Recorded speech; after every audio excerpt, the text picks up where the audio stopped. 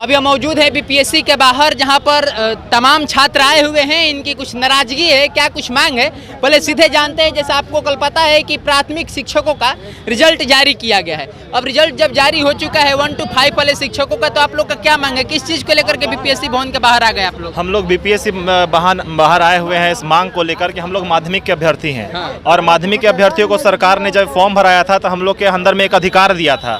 हम लोग को ये कहा गया था कि आप लोग 4 साल से प्रतीक्षारत हैं, आप लोग इंतजार करके बैठे हुए हैं, आपको हम निराश नहीं करने देंगे। और सीट जो सरकार के द्वारा निर्धारित करी है, हम पूरी सीट को समूचे तरीके से भरने का प्रयास करेंगे। कल जो इनका प्रेस कॉन्फ्रेंस हुआ माननीय अतुल प्रसाद जी का, जो बीपीएससी के चेयरमैन है, उन्होंने कहा अपनी नियमावली को एकदम बिल्कुल उल्टा करते हुए उन्होंने ये कहा कि प्रत्येक सीट पे, जो पहले नियम था कि प्रत्येक सीट पे एक कैंडिडेट होगा, अब उन्होंने कहा जिनका उच्च माध्यमिक यानी 10+2 में जो अभ्यर्थी सिलेक्ट हुए हैं उनका माध्यमिक में भी रिजल्ट होगा, यानी 9 to 10th क्लास में भी रिजल्ट होगा। अब ये बताइए कि जिनका उच्च माध्यमिक में हो जाएगा, क्या वो माध्यमिक ज्वाइन करेंगे? नहीं करेंगे, उनकी सीटें खाली रह जाएगी। उनकी सीटें खाली रहने से इससे क्या होगा कि माध्यमिक का जो उन्होंने 26,000 रिजल्ट बताया है कि हम जारी करेंगे, उस 26,000 रिजल्ट में तकरीबन 12 से 14,000 उच्च माध्यमिक के ही लोग हैं। यानी आप माध्यमिक में रिजल्ट देने कहाँ जा रहे हैं? आप 10 से 12,000 रिजल्ट देने जा रहे हैं 65,000 अभ्यर्थियों में 32,000 सीटों पे, और आपने सरकार में ये गिनती करवा दी कि हमने 26,000 रिजल्ट दिया है। सरकार से निवेदन है, हम लोग 4 साल से इंतजार किए हैं, हमने अपने दर्द को अपने जख्म बना के सीने के अंदर दबा रखा है। आपसे निवेदन है, हम 1 महीना और बर्दाश्त करेंगे, 20 दिन और इंतजार करेंगे। आप उच्च माध्यमिक वाले लोग को अच्छे से आपने डॉक्यूमेंट वेरिफिकेशन करवाया, उनकी जाँच प्रक्रिया कीजिए, उन्हें अच्छे से स्कूल में भेजिए ताकि वो अच्छा पढ़ा सके। तत्पश्चात 15-20 दिन के बाद आप माध्यमिक के खाली सीटों को माध्यमिक के अभ्यर्थियों के द्वारा पूर्ण रूप 100% सीटों को भरने का प्रयास कीजिए, ताकि जो कट ऑफ के आसपास के भी अभ्यर्थी हैं उनका भी सिलेक्शन हो सके इसमें, और सीट खाली ना रह जाए। मतलब जो ये रिजल्ट जारी किया गया है, इससे आप लोग पूर्णतः संतुष्ट नहीं हैं? संतुष्ट कैसे होंगे? अब एक ही अभ्यर्थी को 3 जगह सीट अलॉट कर दिया जाएगा, तो क्या होगा? बाकी अभ्यर्थी कहाँ जाएंगे? मतलब 62,653 जो कल रिजल्ट प्रकाशित किया गया है, हाँ। उसमें कई सारे अभ्यर्थी ऐसे जिनके उच्च माध्यमिक में भी आया, उच्च माध्यमिक में भी है, माध्यमिक में भी होने वाला है, और प्राइमरी में भी कुछ लोगों का आया है। अब बताइए जो उच्च माध्यमिक ज्वाइन कर लेंगे वो माध्यमिक बोले आप? देखिए, टेक्निकल चीज समझना होगा आपको कि जो भैया जी कह रहे थे अभी कि जो 10+2 में है, कल सर ने कहा था कि हम जो 10+2 में है और यदि वो माध्यमिक में भी है तो हम साथ में सबका रिजल्ट देंगे।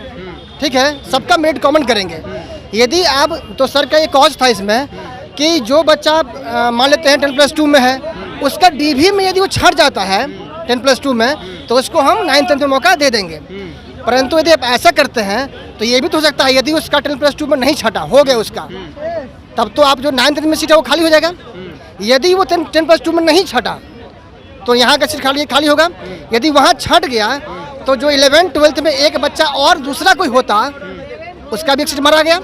मतलब एक बच्चा को सिलेक्ट कर रहे हैं, उसमें 2 का हकमारी कर रहे हैं, यहाँ भी और वहाँ भी। मतलब आप लोग को ये लग रहा है कि जो रिजल्ट है ये सही नहीं होगा? नहीं, सब ठीक है। जब नोटिफिकेशन में सर दिए थे, नोटिफिकेशन में स्पष्ट जिक्र था कि हम जो रिजल्ट देंगे वो पहले 11-12 देंगे, 11-12 देने के बाद हम 9th-10th का देंगे। सब सब्जेक्ट में जो 7-8 विषय 9th-10th में है माध्यमिक में, वो सब 10+2 में ऑलरेडी है। तो जो बच्चा वहाँ भी है, कुछ कॉमन बच्चा है जो यहाँ भी और वहाँ भी है। यदि इसका संख्या इंग्लिश में मान लीजिए 2300 बच्चा पास किया है 10+2 में, क्या कुछ है मुख्य मांग आप लोग का? क्या कुछ है?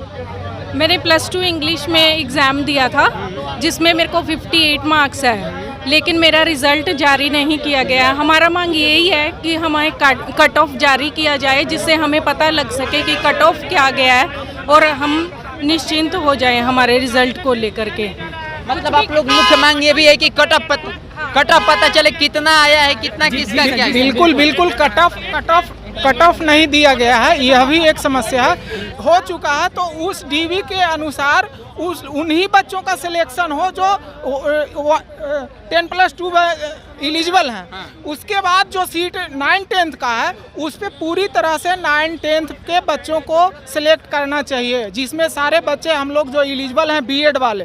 तो हमारा कहना है कि एक सीट पर एक ही जगह सिलेक्शन एक बच्चा का होना चाहिए, क्योंकि यह नोटिफिकेशन में भी दिया गया है। अगर अलग से हम लोग मांग करते तो दिक्कत था, ये नोटिफिकेशन की हमारी मांग है। तो और सर भी ऐसा ही बोले हैं लेकिन अभी कल का जो प्रेस कॉन्फ्रेंस में है वह दोनों बातें अलग अलग हो जा रही हैं, इसीलिए हम लोग आए मिलने के लिए। अभी सर मिलने नहीं दिया गया है सर से, अब आगे देखिए क्या होता है। क्या कुछ लग रहा है आप लोग के बातों पे सुनवाई की जाएगी, आप लोग की मांग को ध्यान में रखा जाएगा? बहुत लोचा है, हम लोगों ने बहुत परेशान हो रहे हैं। कम से कम 5 रातों से सो नहीं पाए हैं। 5 रात से सो नहीं पाए हैं। और सही बात है कि 10+2 का जब रिजल्ट निकाला गया, सबसे बड़ा औचित्य तो यही है कि आपने 24 सब्जेक्ट का निकाल दिया रिजल्ट, ठीक है।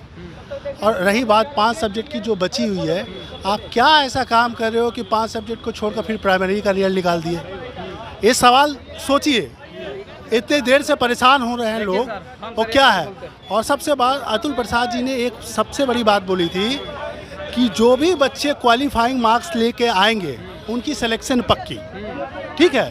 तो जो बच्चा जनरल में मेंस का 48 का ये है आपका क्वालिफाइंग मार्क्स, और लेडीज़ का 38 है, हम देख रहे हैं जो 56 ले आ रहा है, जो 60 ले आ रहा है।